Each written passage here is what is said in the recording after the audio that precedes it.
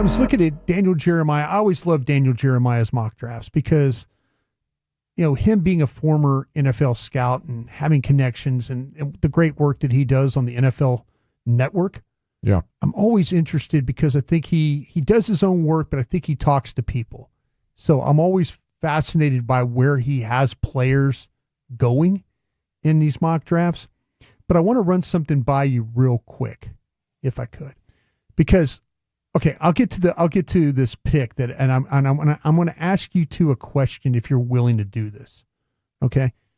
His first overall pick is Cam Ward. By the way, DallasCowboys.com.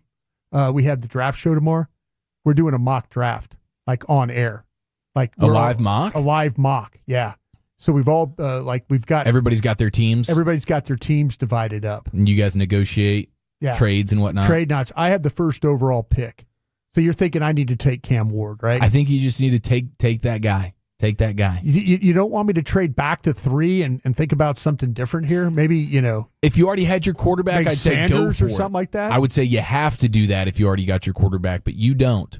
Will Levis is not that guy. Go take Cam Ward. He's clearly the guy in this class. Everybody else is. You're not going to take Jackson Dart or something like that at 3? I could trade back, get some more picks. That would disgust me.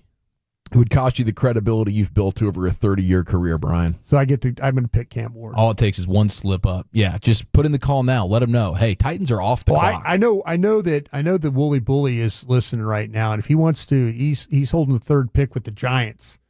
So if he wants to maybe come up, I think it would make you probably the Nico of the mock draft world if he pulled that off. You think so? You think I would get? I bet you'd get a better haul though than Nico got. Probably. Probably. So. All right. Speaking of that, okay, on this Daniel Jeremiah mock draft, Cam Ward does go number 1 to the Titans. Abdul Carter goes to the Browns at number 2. Shedeur Sanders goes to the Giants at 3. Here's where I want to ask you guys a question. Travis Hunter's sitting there at 4 for the New England Patriots. That's who he's got picked here. Could I interest you guys in going to the 4th pick and potentially picking him? And it would cost us our 2nd round pick and likely a 3 and 26. That's it? Yeah. Oh, man. That's kind of surprising. Yeah. I thought you were going to tell me I had to give up next year's 1. Yeah, me too. The math on that was you've got to find a way to make up about 600 points. Yeah. So your 2 is worth 460. And then I'm not interested in kicking my 3 because I want to pick in the 3rd round. You don't have a 4. And I don't have a 4. So I'm interested in maybe going up and getting the guy that might be the best player in this draft. Yeah. Yeah, that's why they could play corner or wide receiver. We just got to make a determination. Ooh, both. Playing both for me. If we could pick up the phone and call Elliot Wolf right now and say, "Hey, Elliot, listen, your old buddy Brian, he used to babysit you, give you juice boxes. Now I have Coors Lights with him and stuff like that. But still out of a bottle, though. Still out of a bottle, right? With the nipple on it. But would you guys be interested? Pick 44 is worth 460, and we're gonna try and kick next year's 3 to go there. I'm only trying to trade up in a blue moon situation. I need a quarterback, or there's something otherworldly that is not of commonplace when it comes to the draft, and that is this situation. Especially when you're telling me it's this year's 2 and next year's 3. I'm locking that in, and I'm feeling fantastic about it. I just got my wide receiver 2 and my corner number 2 opposite Deron Bland to start this season. Yeah, that's what makes it otherworldly. I mean, we're a lot of players away, but I feel like Travis Hunter is 2 of them if we're on the same page with the coaching staff and the owner, and we're going to play this guy a lot. If that's the case, then I'm willing to do that for the 2 and the 3. I'm kind of thinking I would do the same thing. Can't give up the 1 because we might be really bad. No. Year. That's what I'm saying. I don't want to give up the 1. I'm going to try and see. if I can get Elliott to come down to 12, and maybe everybody's telling me these players are all the same. Now maybe you don't have to trade. I just think this guy is such a difference maker that in a draft there might be a lot of unknown. Yeah, even more reason to move up for him. So we're good with this?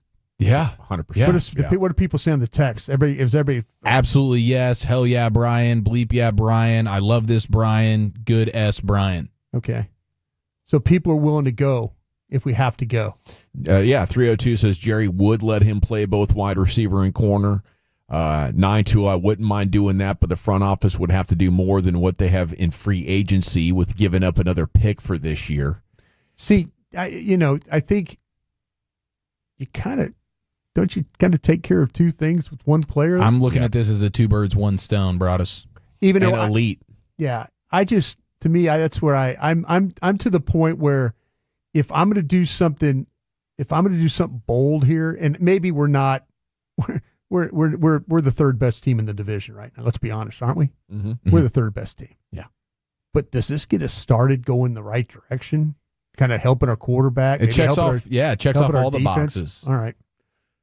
We'll throw that in there. That's a thought. I'm glad you guys want to do that. I thought I was going to get the hell no from you guys. Like, no, can't do that. Listen, for a 2 and a 3, dude. Yeah. Just got to make up 600 points somehow, man. 2 and a 3, and I'm in, bro. On the trade chart. All right. Your corners could be absolutely bananas next year when Diggs gets healthy. I lead the league in ball skills. Yeah. Yep. All right. Jacksonville takes Jalen Walker, the edge linebacker from Georgia at 5. Is there enough room for 2 Walkers on that defense? Yeah. Travion Walker. That's right. Yeah. All right. The Raiders, Ashton Genty goes off the board to the Raiders. It seems like that Ashton Genty just talking to people, he's going to be gone. Yeah. Raiders, Jets, Bears. It's one of those 3. Yeah. When the Cowboys look at this, if you're thinking about Ashton Genty, we're not trading up for Ashton Genty, right? We're trading up for Hunter. Mm-hmm. That's our guy, right? Yes. Everything else we're thinking about either standing there and make a pick or trade down or go back. Yeah. Okay. Fingers crossed that the Ohio State guy who's great in pass protection is there at 44. Henderson? Yeah. Okay. I like what you're doing there. That I think that's going to the guy that seems to be there more is my guy from Iowa. Everybody seems to like Caleb Johnson. Everybody seems to like Henderson and Hampton better than that. So fingers crossed. Mimbu, the tackle from from Missouri, goes to the Jets. Me and Mickey had an interesting conversation about him today. Mickey actually agreed with me on something, so I was pretty happy about that. The Carolina Panthers at 8 take Mason Graham. Man, he's kind of was in that Jacksonville spot at 5. Now he's kind of slipping down a little more. You might fall to 12 one of these days. Kind of hoping that Mason Graham, the best defensive tackle in the draft, Dawson, this guy could play 3, play a little 1. Yeah. There's not many of the defensive linemen, but he's one of them that would be like, holy cow. Now we're talking about a historic type of wrecking crew. Is he more 3 or more 1, Broaddus? He's more 3. That's the disappointing part. Yeah. Yeah, I'll tell you what, though. Okay, now we got to think about, the Saints, they just picked this Jihad Campbell, okay?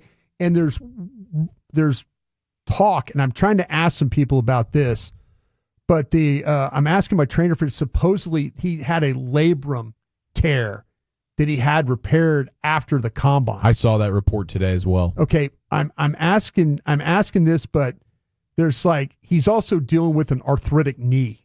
Oh gosh. Yeah. You can't have geriatric knees in the top 10. There's and my guys are telling me there's some future surgeries potentially there for that. Well, so we got the labrum. Sounds like a future second round pick. We got but Daniel has him going to the Saints at 9. There's not many top linebackers, and he's one of them. But Alabama guys are traditionally pretty banged up dudes. It's crazy. That's a no for me, dog. Okay, Will Campbell from LSU, the tackle, goes to the Bears at 10. Barron from the University of Texas goes to the 49ers at 11. They got a steal. Yeah. They got a player. Yeah. Well, like I say, I really like him a lot. And if he was there at 12, I'd love for Dallas to take him. I don't. This would be, if he went to San Francisco at 11, I would be, I'd be okay. Because I know Dallas is not going to pick him at 12. Yeah, but that sucks. I hate the idea of one of my favorite players being on the Niners. All right, here we go. Cowboys are on the clock now at 12. They take Matthew Golden, the wide receiver from Texas. Speedster. Okay. Daniel Jeremiah says this. He says, I wouldn't rule out Mario Hampton landing here too. Yeah, that's what Mel Kiper has done now in his last 2 months. Yeah. In this case, it would give CeeDee Lamb a partner. He's talking about Golden, who could take the top off defenses as more than just speed threat. Okay, so we're okay with that one then, right? If we know we're going to pick Matthew Golden, potentially, are you good with, now, we also, McMillan's on the board here at this point. Right. So, if they, are we okay going, still okay going to get, right? We're still okay going up to New England spot? Oh, taking Hunter instead of, and then basically missing the opportunity at Golden at 12. Yeah. Yeah, I'd rather still do the Hunter deal. Because, again, I'm looking at him as a two-way guy. Travis Hunter, man. Elite players. Okay. So we're okay with that then. Yeah. All right. I like that. Let me just kind of get down the further board. Will Johnson, who's a lot of people think Dallas is going to take, the corner from Michigan. I like Barron. I like Barron better as a player. We'll see. A lot of people do. We'll see. Will Johnson goes to Atlanta at 15.